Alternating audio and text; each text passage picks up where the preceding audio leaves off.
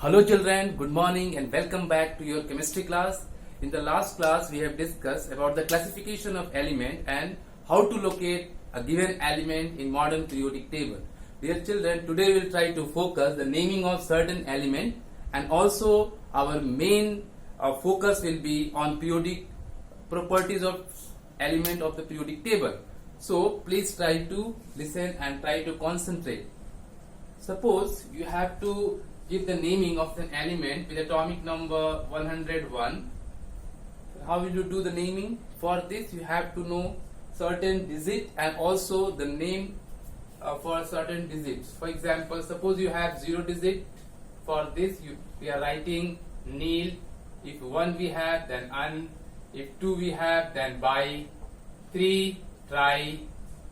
4 quart. 5 pent.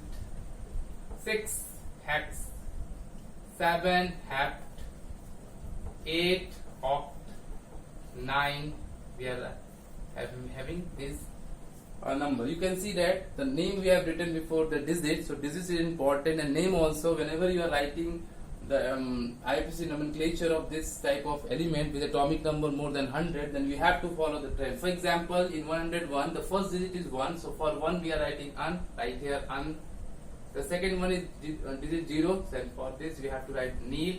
Again the next digit is 1, so for 1 we have number un, and finally we have to write IUM. Total name you have to add and the name become un-nil yum.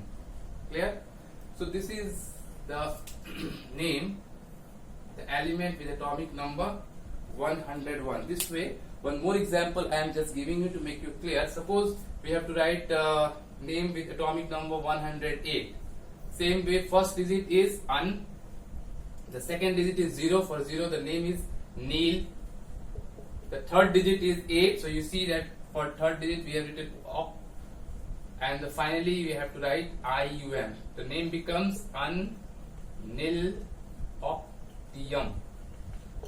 Dear children, this way you can do the practice and you can write any IUPAC name with atomic number more than 100. Clear? Now next thing that we have to study, periodic properties and their trends. So first of all, dear children, you all are aware that there are different type of property you have already learned in the previous class, like densities, melting and boiling point. But here we have to discuss about the periodic property. Periodic property means the properties which are directly or indirectly correlate with electronic configuration of the element, and that are called periodic properties. And also we will see their variation in group as well as in period. So try to understand the we will see periodic properties. In periodic property, the first one, that is atomic radii. Atomic radii means what? Generally we have concept that atomic radii is just distance from the center of nucleus of an atom to its outermost cell. But actually this definition is not a complete definition of atomic radii. To understand atomic radii, dear children, we have to understand the three different way of atomic radii. That is, first is covalent radii, the second one that is van der Waals radii, and the third and most important, that is metallic radii. Then after we can understand the concept of atomic radii. See, the first one, that is covalent radii. First, see that for covalent radii you have to understand, suppose one atom is here. Actually this type of radii we can consider only when two atoms are bonded with each other with a single covalent bond, and it is applicable only in homonuclear atoms. So see, two atoms are there, they are covalently bonded, and this is the nucleus and this is the nucleus. So this is covalent radii is the half the distance between the internuclear, or you can say in this way, that is half the internuclear distance between two atoms which are bonded with each other by a single covalent bond. So this is your, you can see that this is your covalent radius from here to here. This is your covalent radius. Covalent radius. Clear? The second type of radius that we have to study, that is van der Waal radius. Van der Waal. Actually, van der Waal radius is also a very important type of radius. To understand this van der Waal radius, one thing you keep in your mind, that it is one. Suppose again you take covalent bonded two atom and another molecules covalent bonded atom are there. So van der Waal radius is what? Van der Waal radius is the half the distance between the two atoms placed adjacent one after another, which is already with the covalent bond with other atoms. So suppose this is your atom, is a covalently bonded with this atom, and this atom is covalently bonded with this atom. So these two atoms are placed adjacent of the same substance. So van der Waal radius is just like the half the distance between these two. So van der Waal radius you can write in this way. This distance is called van der Waals radius. And so when we will compare about the covalent radius and van der Waal radius, you will see that van der Waal radius is greater than covalent radius. So we can write in this way, van der Waal radius is greater than covalent radius. And the third, the most important, that is metallic radius.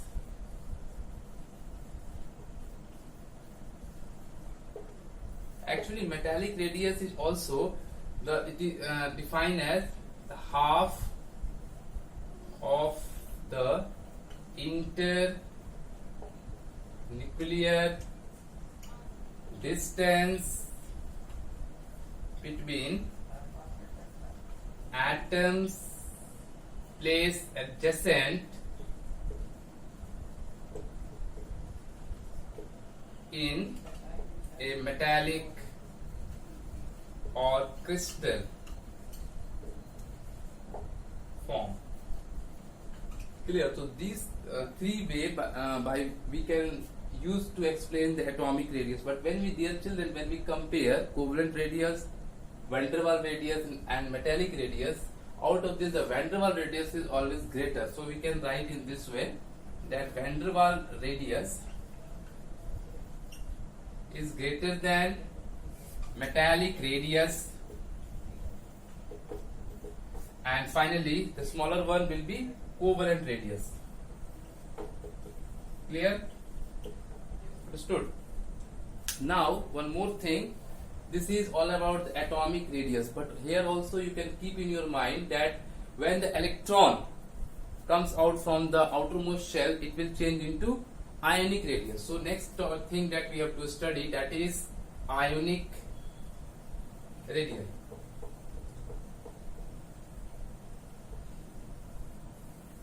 See, ionic. What is ionic radii? Dear children, ionic radii is the effective distance from the center of nuclei of the ions to some extent up to which it experiences some force of attraction to the electron cloud. Means,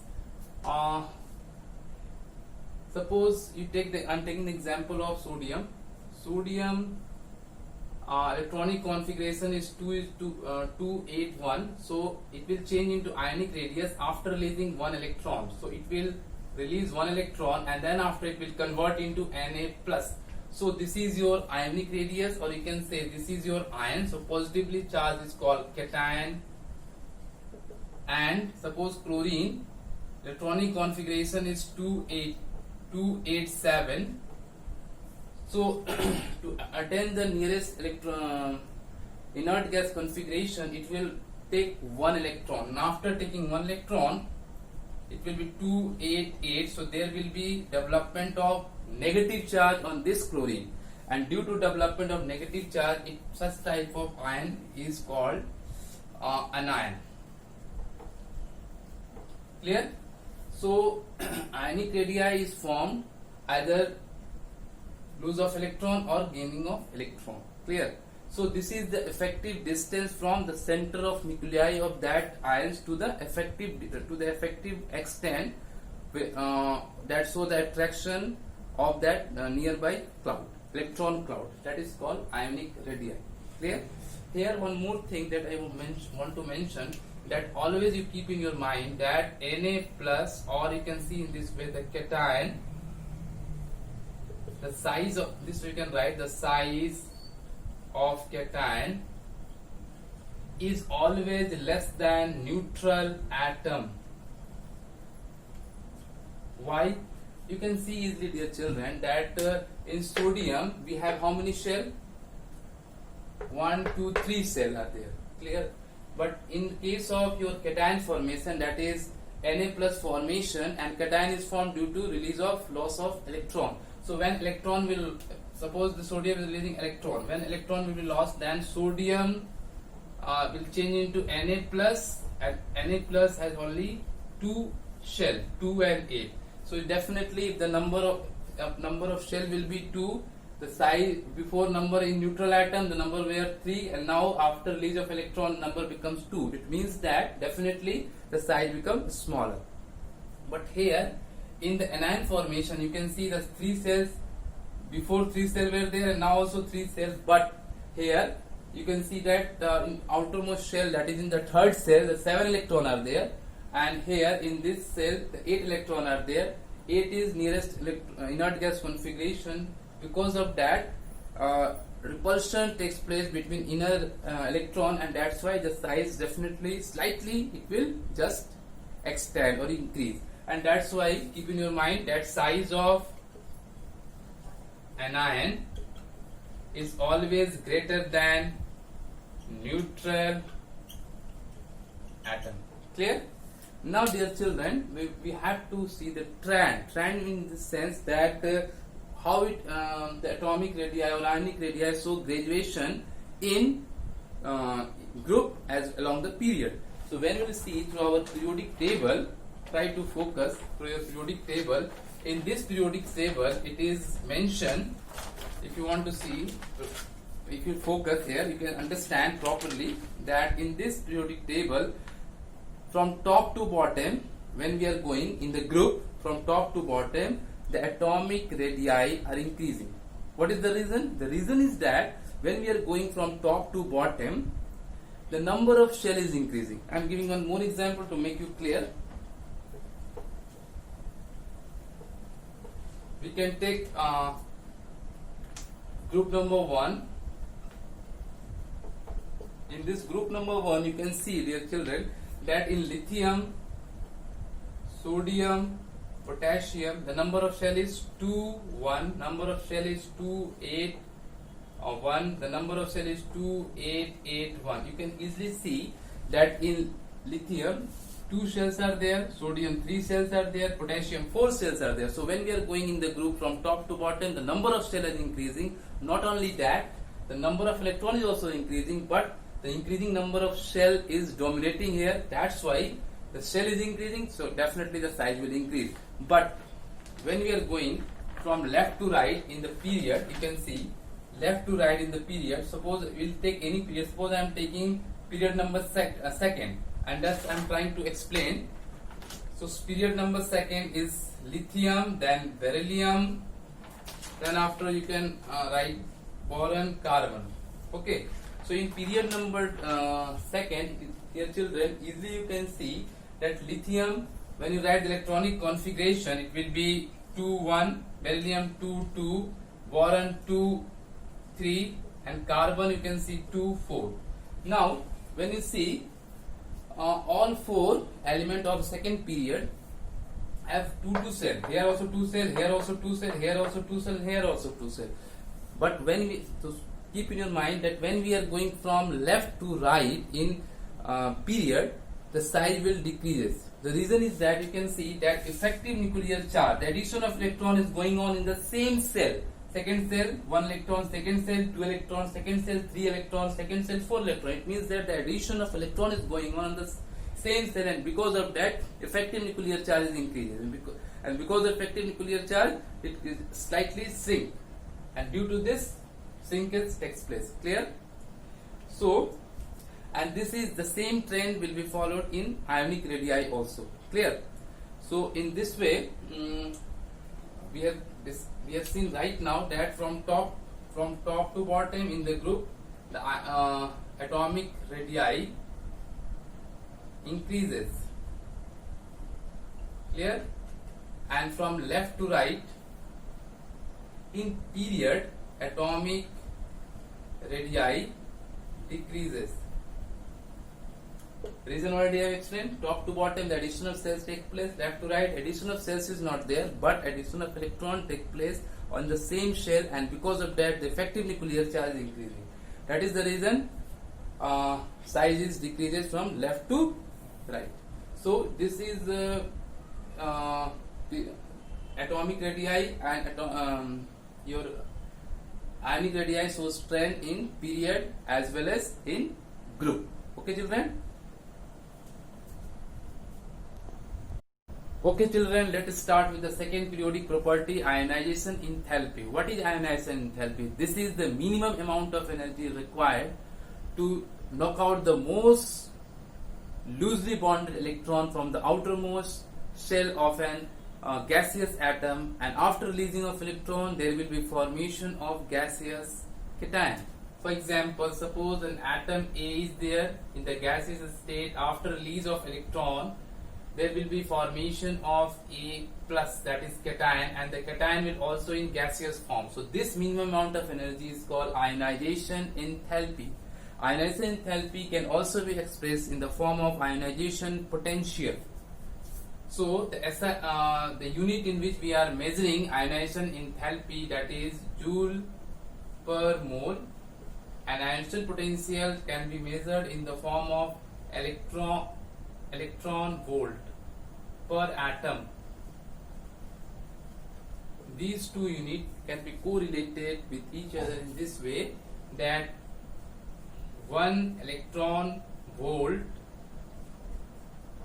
that is equal to 1.6 into 1.602 into 10 to the power minus 19 per atom. That is equal to 1.62 into 10 to the power minus 19 into 10 to the power 23, 6.02 to 10 to the power 23 joule per mole. That we can write in this form, 96,472 joule per mole, or we can write in 96.472 kilojoule per mole. That is 1 electron volt per atom can be. This way we can establish a relationship between ionization potential and ionization enthalpy. Clear, children? Now we have to study that when the electron is knocked out from the outermost shell, definitely the number of electron will be less, because already I have explained to you that in atom the total number of electron and that will be equal to total number of proton, and because of the equal number of electron and proton, the atom is electrically neutral. Clear? So suppose an atom releases 1 electron. Suppose atom A is there. After release of 1 electron, there will be formation of A plus. This is called first ionization energy.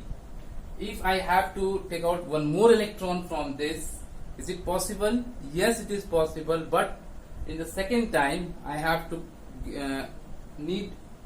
I have to apply more energy. It means that A plus is after releasing of 1 electron, the ion will be A plus, and after from this ion A plus, I have to take one more electron, so I have to apply more energy.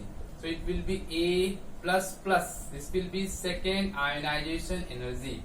Actually, what happens that when the knockout of electron take place, then there will be, after knockout out of electron, there will be less electron remain in that ion, and because of that, the attraction with the electron and the positive nucleus takes place, and because of that, to knock out the electron further from the same ion, we have to apply more energy. That is the reason this first ionization energy is less than second ionization energy.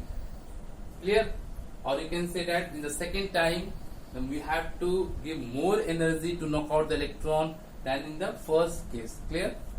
Like this. And one more thing, dear children, let me clear to you that electron knocking down process of the electron is not takes place at a time. It happens one after another. For example, suppose I am taking the example of Mg2 plus. So don't think that the knockdown of electron takes place 2 electron at the same time. No. First of all, the magnesium has released 1 electron. It will form Mg plus. This is first ionization energy. After this, 1 more electron comes out, and then after it will form Mg2 plus, and this is E2, that is second ionization energy. So this second ionization energy is greater than the first ionization energy, and this is called successive ionization energy. Successive ionization energies. Now the next thing that we have to study, what are the factors on which the ionization energy of the particular element in a group and the period depends. So we have to know there are so many factors on which the ionization energy depends. The first and most important is atomic size. Atomic size. Atomic size means what? If bigger the size, maximum distance will be there from the outermost, between outermost electron and nucleus. So if the maximum distance is there, there will be low ionization enthalpy. Clear? So the second thing is that nuclear charge.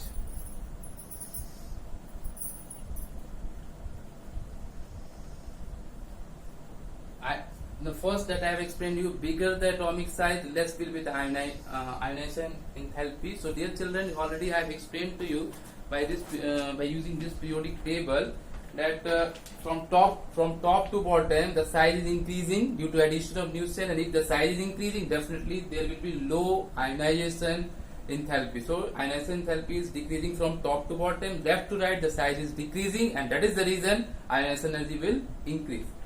Now come to the second topic, that is nuclear charge. Same way, higher the nuclear charge, the smaller size will be there, and again if the higher nuclear charge will be there, it is very tough to knock out the electron, and if it is very tough, then ionization energy will be very high. So left to right when we are going in a period, nuclear charge will increase, and definitely the ionization energy will also be increased. So come to the third, that is screening effect. What is screening effect? It's a very important term that you have to know. Screening means just like a screen, just like a shield. Actually, in the multi-electron atom, suppose one atom is here, this is nucleus, shells are there. So multi-electron atom, enough number of atoms are there, in which suppose this is a positive charge, or you can say the positive nucleus is there, and electron is present in this shell. So in the multi-electron atom, this electron is acting as a shield, or you can say the screen between the outermost electron and the nucleus. If this electron just minimize the attraction force between outermost electron and the nucleus, because it is acting as a shield, or you can say the screen, and because of that the attraction force with between this nucleus and outermost electron will decrease. So this is called screening effect. Another name is shielding effect. So the effective nuclear charge experienced by the outermost electron, that will be given by in this effective nuclear charge. We can calculate in this way: total nuclear charge minus screening constant. Clear? So this is called screening effect, or because it is the innermost electron is acting as a screen or shield. The next factor is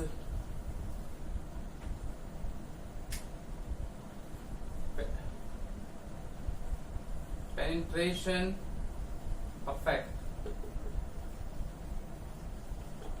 Penetration effect means what? The probability of the electron, or you can say the probability of the electron which are nearby the nucleus.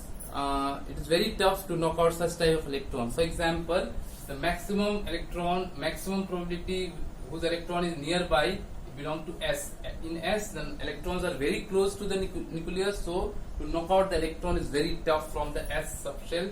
Then after P, maximum probability S, then P, then D, and then finally F. In this way, penetration effect affecting that ionization enthalpy. And the most important is electronic configuration. Actually, here I want to mention you that if the electronic configuration is symmetrical, then the electronic configuration will be stable, and such type of electronic configuration, such type of element, to knock out the electron from the outermost shell is very tough, or for this type of element large ionization enthalpy will be there. So the fifth one is symmetrical electronic configuration. Suppose I am taking one example of a noble gas. You can take, suppose, neon. Its electronic configuration we can write in this way: 1s2, 2s2, 2p6. Clear? So we can write in this way.